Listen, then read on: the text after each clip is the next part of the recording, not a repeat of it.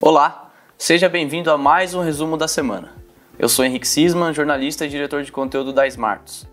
Espero que você esteja bem e eu, particularmente, ando um pouco preocupado com os rumos que o Brasil está tomando, decisões políticas, digamos, no mínimo estranhas do presidente Jair Bolsonaro e governadores que parecem mais estar preocupados com fazer palanque eleitoral na pandemia. Mas vamos ao que interessa no nosso resumo da semana, então roda a vinheta.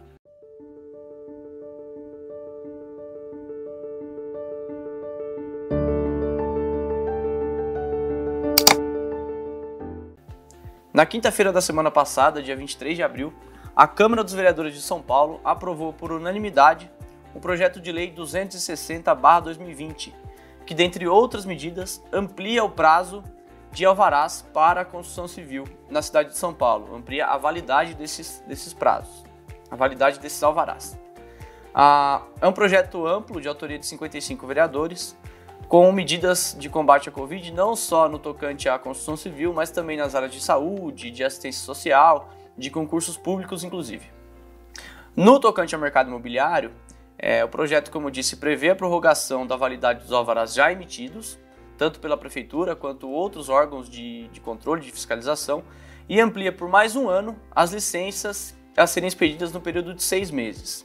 De acordo com a Abrainc, Associação Brasileira das Incorporadoras Imobiliárias, esta foi uma solicitação feita junto à Câmara dos Vereadores de São Paulo, e a entidade afirma também que há ainda outros pleitos realizados, dos quais eu destaco aqui desconto de 50% nos valores de outorga onerosa pelo período de 12 meses, prorrogação do prazo de pagamento à vista da outorga onerosa por 90 dias e desvinculação do pagamento da outorga onerosa para a emissão do alvará de execução da obra.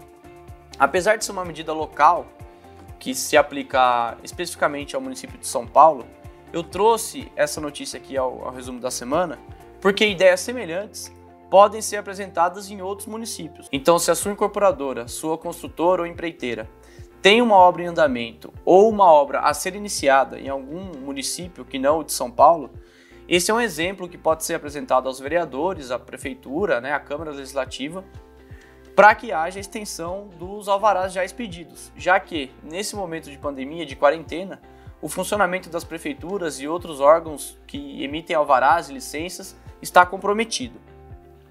Nosso segundo assunto do resumo da semana é sobre o Programa Emergencial de Manutenção do Emprego e da Renda, que está previsto na medida provisória número 936. As empresas que firmaram acordos com trabalhadores para corte de jornada e corte proporcional de salário até 24 de abril, ou seja, sexta-feira passada, vão ter uma extensão de prazo até o dia 4 de maio, que é a próxima segunda-feira, para prestar as informações desses acordos ao governo federal. Esse prazo foi estabelecido na portaria número 10.486, que trata das normas relativas ao pagamento dos benefícios desse programa.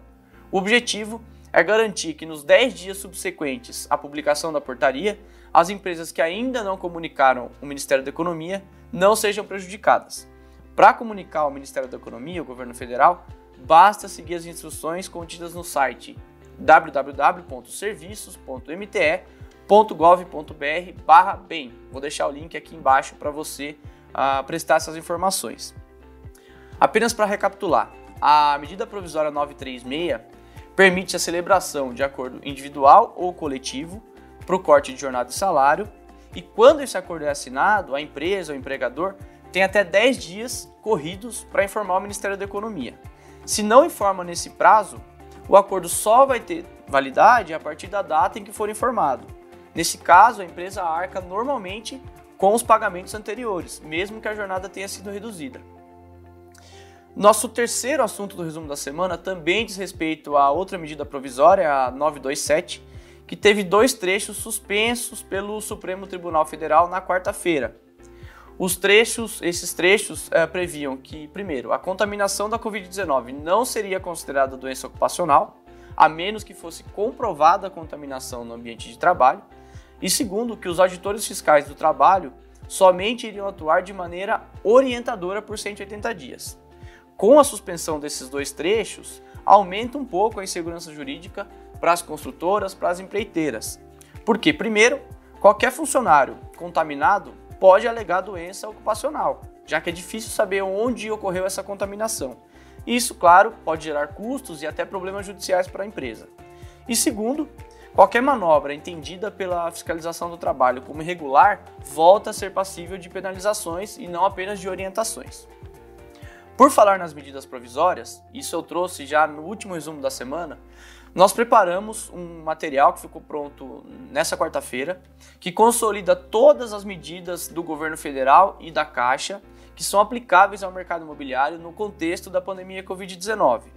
Não somente medidas provisórias, mas também decretos, projetos de emenda à Constituição, inclusive, e as medidas da Caixa, que é o principal banco no financiamento à produção aqui no Brasil, que buscam auxiliar, dar um fôlego para as empresas nesse momento de crise de pandemia. Recados finais para a gente encerrar o resumo da semana. Essa semana também publicamos em nosso site www.smartus.com.br/notícias 2 reportagens sobre temas jurídicos, consultando especialistas nesses assuntos. Primeiro, a possível e provável prorrogação da LGPD. Trouxemos os pontos positivos e os negativos para a economia, para os negócios, para a imagem do Brasil no cenário internacional. E também em relação ao primeiro grande teste para a lei dos distratos. Desde que ela foi aprovada e sancionada em 2018, houve uma queda na quantidade de distratos, que foi um grande problema na última crise econômica, nos anos de 2015, 2016 principalmente. Então houve uma queda desde que essa lei foi sancionada e ainda não sabemos exatamente dizer se foi por causa da lei ou por causa do melhor ambiente econômico. Então esse é realmente o primeiro grande teste para a lei dos distratos. Se o Poder Judiciário vai interpretá-la e considerá-la ou se vai desconsiderá-la nas decisões em prol dos consumidores e dos adquirentes, o que seria claramente prejudicial para as incorporadoras. Eu te convido também para conhecer, para ler em nosso site, na seção de publicações, um artigo escrito pelo advogado Olivar Vitali, que é presidente do Ibradim, artigo esse publicado no nosso site, sobre os contratos eletrônicos para manutenção das atividades imobiliárias. Um artigo bem bacana, bem interessante. E finalmente, te convido também a conhecer e assinar o Smartus Play, que é a plataforma exclusiva de vídeos da Smartus, com grandes nomes do mercado imobiliário brasileiro e internacional, onde há palestras, painéis de discussão, entrevistas e análises sobre o mercado imobiliário, sobre startups, sobre a construção civil. São várias sessões, é muito conteúdo, então conheça o Smartus Play, assine e fique sempre bem informado. Se você ainda não é inscrito no nosso canal no YouTube, se inscreva e clica no sininho para receber novos vídeos sempre que a gente publicar. E também se inscreva no nosso canal do Spotify, que é Smartus Brasil.